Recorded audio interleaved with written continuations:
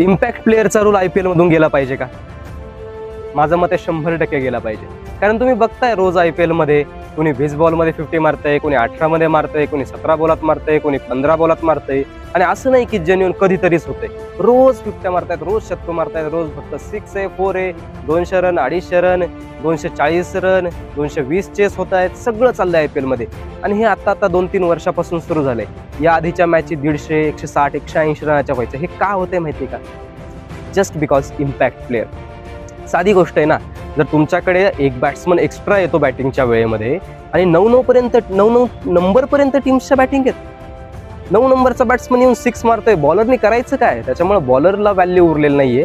आणि खऱ्या अर्थानं माझ्या मते क्रिकेटला व्हॅल्यू उरणार नाही अशाने. जर फक्त 6 आणि 4 जर हे क्रिकेट उरणार असेल, त्याच्यामध्ये जर काही रोमांचच उरणार नसेल, तर क्रिकेट आय डोंट थिंक जास्त काळ प्रेक्षकांच्या मनावर राज्य करू शकेल. कारण 6 आणि 4 सुद्धा एका काळानंतर बोर होणार आहेत.